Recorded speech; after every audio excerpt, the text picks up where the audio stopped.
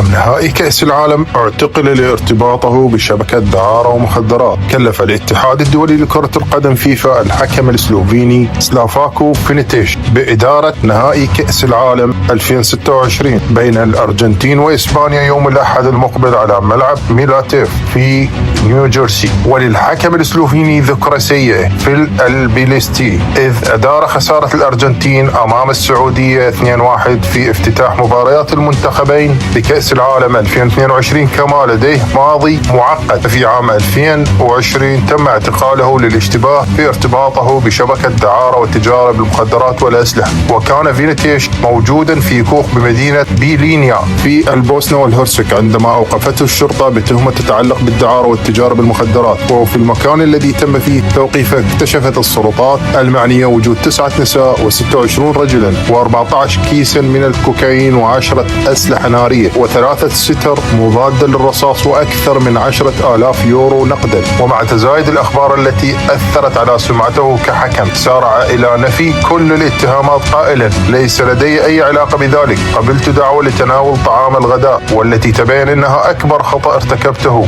أنا نادم على ذلك، كنت جالسا على الطاولة مع رفيقتي وفجأة داهمتنا الشرطة وحدث ما حدث. دمتم وطبتم سالمين، لا تنسوا اللايك والاشتراك بالقناة.